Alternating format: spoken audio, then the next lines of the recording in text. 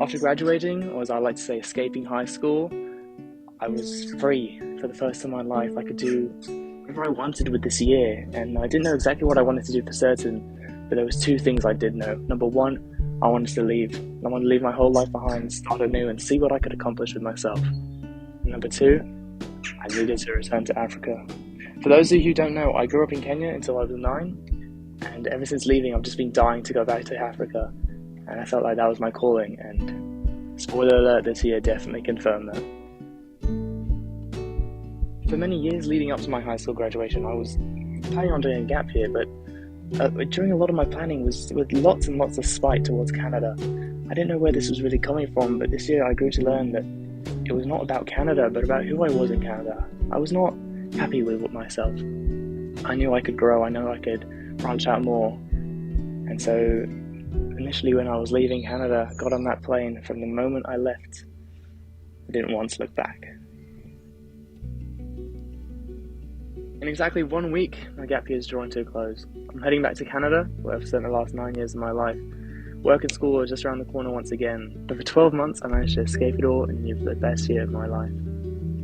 If you don't know me, my name is Danny Nicole, and I'd like to welcome you to my coming of age story. Are you trying to live again? Bearing with the womb and the land in solidarity.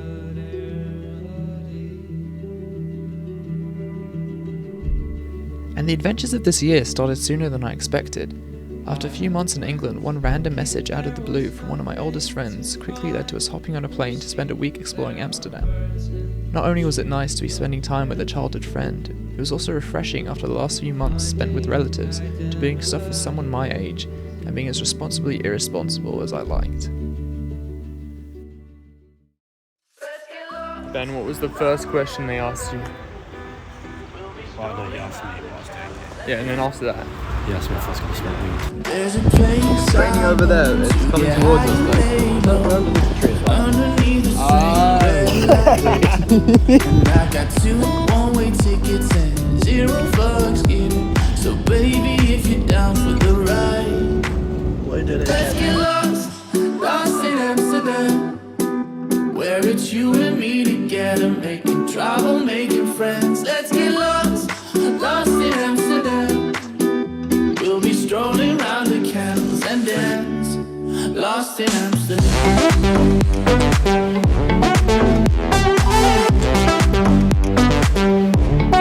Lost in Amsterdam.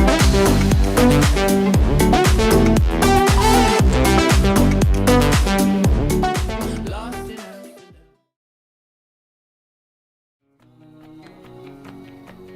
As October came around, I was starting to get ready for the upcoming big adventures. I took a nice trip up to Wales with my grandparents, where I got to go ziplining deep underground in a cave, which is still one of the coolest things I've ever done. I then had a trip up north to visit my aunt and uncle for the weekend. This trip, though short, led me to one of the most important decisions of my gap year. I bought a camera.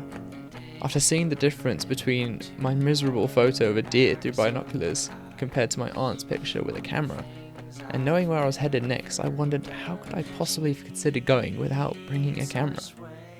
And so, with camera in hand and a strong eagerness for homecoming, I once again got on another flight and headed home. After 9 years, after countless childhood hopes and dreams, I was not only back in Africa, but I was back in the bush.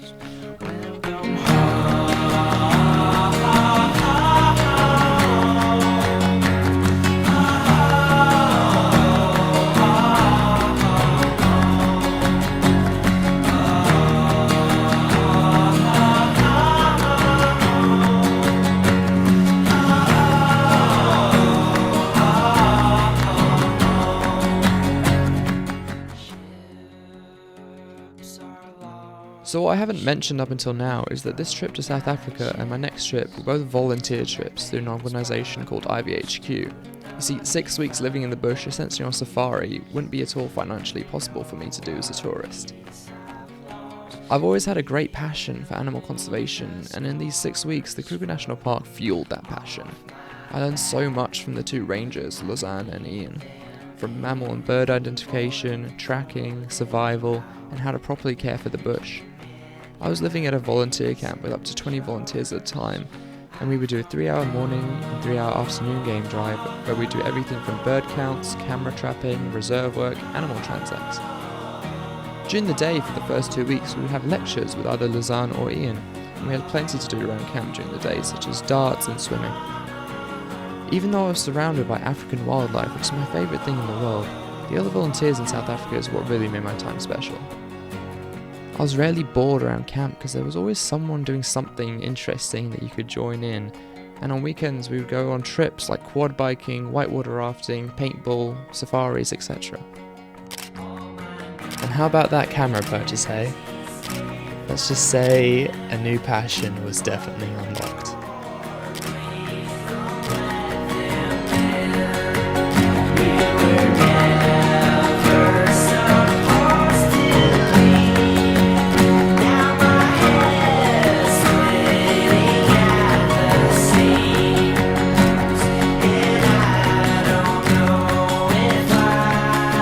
However, with how much was going on and how great the experience was, my time in South Africa wrapped up all too quickly, and to be honest, I felt heartbroken. This was the place that at that point I had felt happiest. Little did I know the pure love and feeling of home I was going to soon experience in the coming months. I flew back to England just before Christmas and I was exhausted. I felt distinctly disconnected in England now. England had felt great when I'd come from Canada because I felt quite at home, but this time I'd come back to England from somewhere that felt more like home. After recounting many animal stories countless times to several people, I was pretty socially drained heading into the new year. I visited my aunt, uncle, and little cousin in Ireland in the first week of January, and I funneled every last bit of social energy into that. So when the time came for the biggest and greatest adventure of my gap year, I was so tired, and not even that excited. An 11-hour layover in Nairobi airport where I couldn't leave didn't help either. However, very strangely, all these feelings disappeared in an instant as I stepped out into the East African heat and sunshine. At long last, it was time for Tanzania.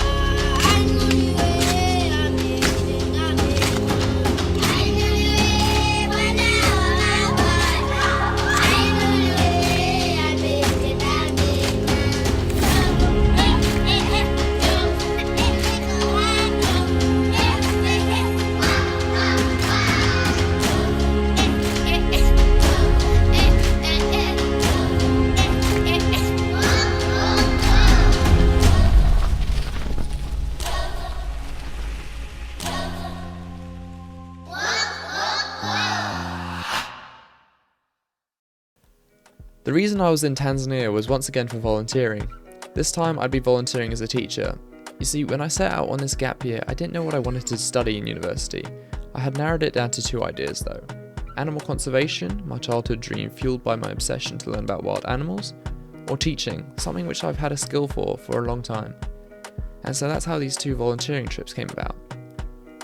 While I spent 6 weeks in South Africa, I was going to be in Tanzania much longer. 16 weeks, around 4 months. I wasn't going to be visiting here, I was going to be living, and I instantly felt at home. I was teaching English at a public primary school, which meant all of my students only spoke Swahili, so this was a bit of a barrier to overcome, but it works out quite well.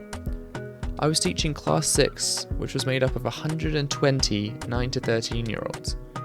I didn't feel it would work out too well me teaching that many kids at once, so I would take out groups of 10 to 15 students every hour and teach them English. At the end of my second week, I wrote up this 16-week teaching plan to help keep me on track. As we only had volunteering in the mornings, that left myself and the other volunteers every afternoon and weekend to do whatever we wanted. Most volunteers who only came for a short while often used their weekends to excursions such as a trip to the Maasai village, visit Moshi, or go on safaris. While I did those excursions too, I was there 16 weeks, so I had plenty of weekends to fill. Some of my personal favourite things to do on weekends included visiting the Cultural Heritage Art Gallery, playing in the arcade at the mall, shopping at the Maasai market and the second-hand clothes market, and playing football with the kids. The volunteers working in construction happened to be building a kitchen at my school, so I would visit them every day during my breaks, and I got to see that project go from start to finish over my 4 months in Arusha. As for the nightlife, on Thursdays we had our amazing social nights filled with good food, music, drinks and activities. After week 8, the wonderful Hope stepped down from her role with THE, which meant she was no longer running social nights. So I decided to run them. We had talent shows, games nights, and my personal favourite, second-hand social night, started by this crazy Australian, where everyone needed to buy a wacky outfit from the second-hand market and perform a catwalk. At 11 o'clock every Thursday, we would pile into the THE bus and head to Zay's club. Friday and Saturday nights would sometimes follow a similar trajectory. Let's just say that we were always a very well-behaved and respectable group of international volunteers.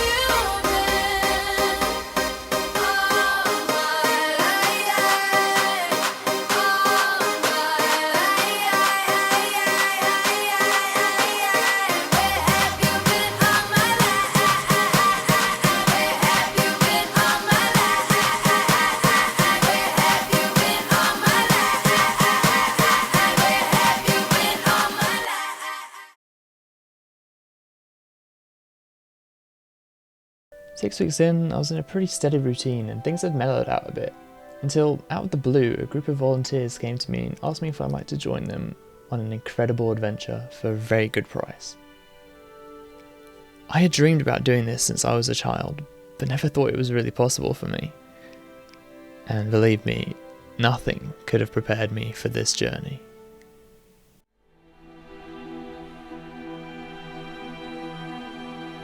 "21 porters, 7 volunteers, 5 days, 4,895 meters. By far the most ambitious trek I've ever taken on. One of the hardest things I've ever attempted. But with great people by my side and in a great setting. At 7 AM on the 4th of March, I achieved what my childhood self could only dream of. I made it to Huru Peak, the top of the tallest freestanding mountain in the world, the summit of Mount Kilimanjaro.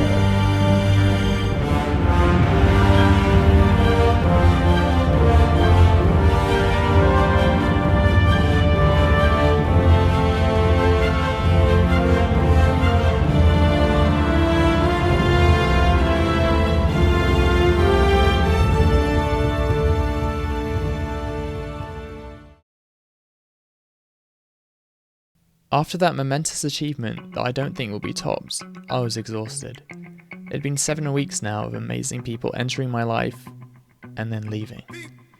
It was really draining and hard constantly losing people. I needed a mental reset, and once again, my friends provided the answer. It was midday on Saturday. 3 of the guys had headed to Zanzibar early in the morning and joined some of the volunteers who were already there, and I was sat outside Simba House, not knowing what to do, when Archie, one of my friends who climbed Kili with me, said, "Why don't you just join them in Zanzibar?"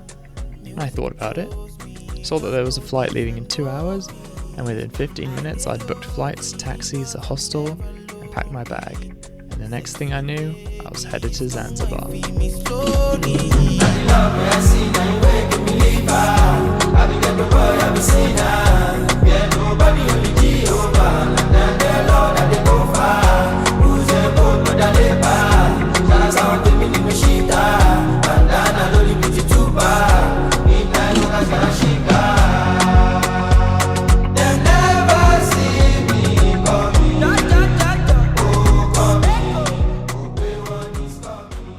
After Zanzibar, I was mentally reset.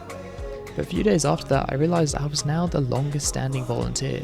With the departure of my friend Andrew, I now realised for the next 8 weeks, I would be the longest volunteer here. Speaking of Andrew, knowing my interest in wildlife conservation and tourism, he got me connected with a tourism company in Arusha. And after a few long meetings, I became a tourism agent, where I still now do remote work, finding people who want to go on Tanzanian safaris and mountain climbs for great prices. Speaking of which, I was able to go on a couple of great safaris myself in the latter half of my time in Tanzania. The first, a 4-day safari in the Serengeti, where despite the weather, we had some great sightings, including seeing my first ever successful hunt. The second, a 1-day safari in Tangiri National Park, courtesy of my tour company, to take promotional photos. I was constantly discovering new places in Arusha, such as a nice swimming pool that was just right around the corner from my house. And I was constantly visiting my old favourites, such as Ngaramtoni Crater and Faraja Orphanage. Remember that 16-week lesson plan? Yeah, that sort of fell apart around Easter. The schools had a week off, so I decided to paint my 2 classrooms. I had plenty of help from my friends, but it ended up taking 3 weeks instead of the 1. And after that, I just sort of went with the flow in terms of lesson plans.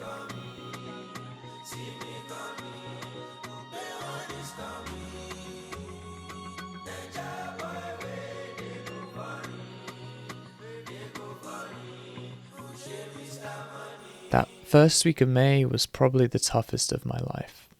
It was my last week in Arusha. Up until now, I'd had to see over 200 volunteers trickle away, but I was always remaining.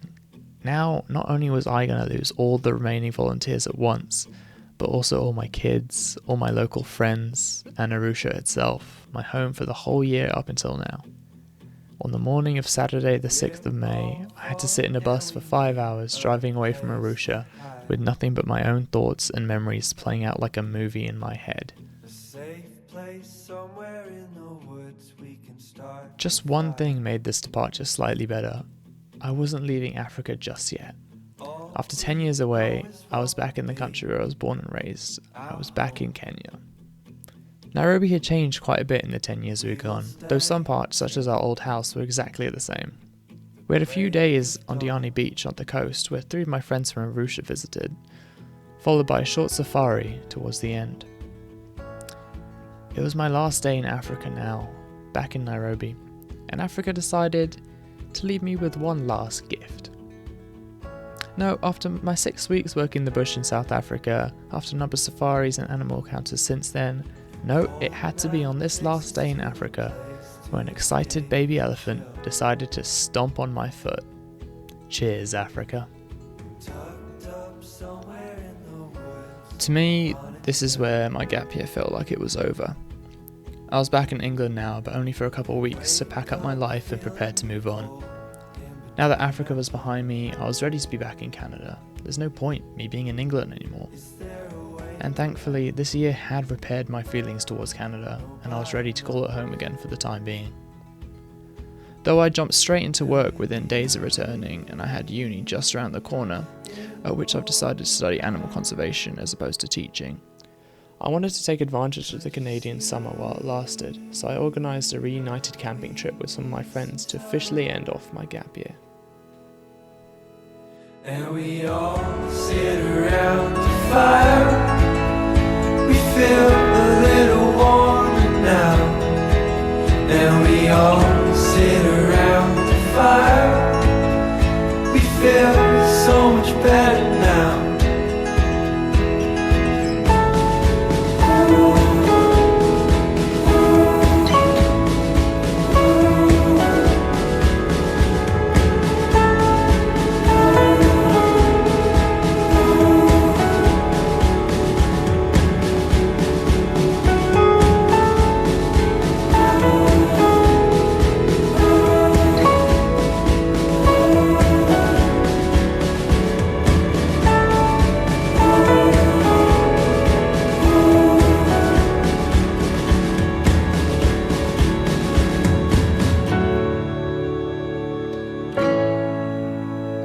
many things this year. I learned that coming home was much harder than leaving.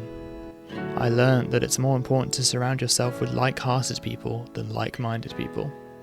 And most importantly, I learned that you should embrace every new thing head-on with determination in your heart, because who knows where it might lead you, or who it might lead you to.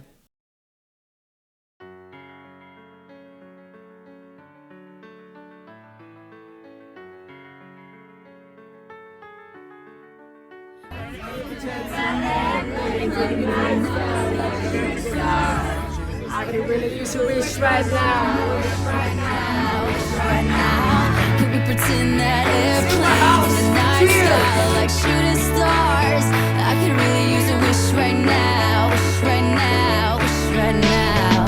Yeah, I could use a dream or a genie or a wish to go back to a place much simpler than this. Cause after all the partying and smashing and crashing, and all the glitz and the glam and the fashion, and all the pandemonium and all the madness, there comes a time where you fade to the blackness. This and is when the you're Arusha staring at right that now. phone in your lap, and you hoping but them people never call you back. But that's just how the story unfolds. You get another hand soon after you fold.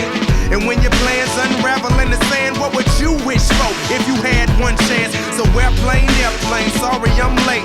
I'm on my way, so don't close that gate. If I don't make that, then I switch my flight, and I'll be right back at it by the end of the night. Can we pretend that airplanes in the night sky like shooting stars? I can really use a wish right now. Wish right now. Wish right now. Can we pretend that